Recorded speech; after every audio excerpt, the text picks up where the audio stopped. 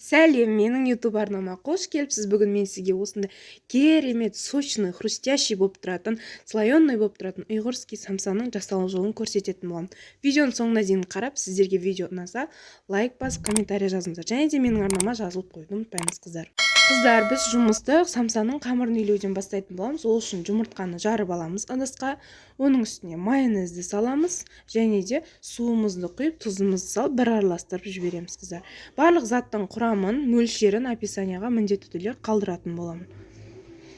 Осы біркелкі етіп араластырып алғаннан кейін ұнды саламыз да, жақсылап, қатты емес, жұмсақ емес қамыр илейміз. Орташа болу керек. Себебі қатты болып қалса самсамыз көтерілмей қалады, ал егер де жұмсақ болып кетсе, ол хрустящий болмай қалады самсамыз, қыздар. Майлары сіңіріп кетеді.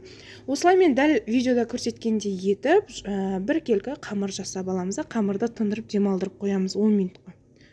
10 минут демалған қамырды алып дәл осылай зуалалап аламыз да, мен 4 зуала қылып бөлдім да, осыны тағы да жаюға демалу үшін тағы да 10 минутқа қойып қоямыз.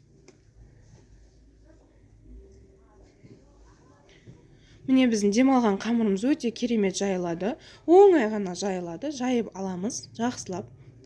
Жұқа қыл етіп жайып алдым. Енді ортасына маргарин немесе сары май жақсаңыздар болады. Менде 78,5% сары май.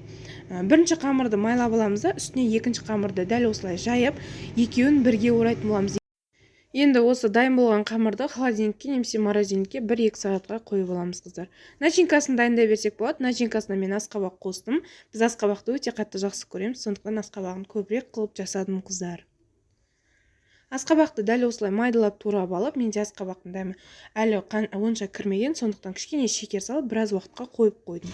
Үстіне біраз уақыт өткеннен кейін майдалап туралған пиязды, фаршты, татымына қарай тұз, бұрыш, кішкене су қостым да, барлығын жақсылап араластырып алдым. Начинкамыз дайын, енді қамырымызды алып жая берсек болады, қыздар. Дәл осылай көп ұндамаймыз, қыздар. Бір ұнға батырғасақ болды. Қамырды ұндаса көп ұндап жерсек жабыспай қалады. Осы видеода көрсетілгендей етіп, әдемілеп түйіп шықсаңыздар болады. Дәл ұйғырский болып шығады. Мен түйуді 2 мәртеден 2 түрін көрсеттім. Мен сізге 4 самсаны түйіп көрсеттім. Мынау бірінші тәсілі. Қолыңызға алып тұрып түйесіз. Ал мынау екінші тәсілі, қыздар. Жерде тұрған кезде бір пальчиктің арқасында осылай бірінен кейін бірін түйіп шыға бересіздер, қыздар.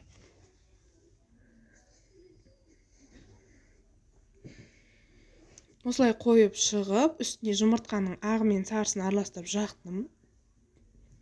Кейіннен үстіне күнжіт пен мак сеуіп шықтым. Сіздер ақ күнжіт, қара күнжіт араластырып жақсаңыздар болады, немесе тек мак жақсаңыздар болады. Осылай, қыздар, қызып тұрған печкада пісіріп алдым. Өте керемет хрустящий болып шығады. Жасап көріңіздер, ас болсын. Және де менің арнама тіркеліп қойды ұмытпаймыз, қыздар.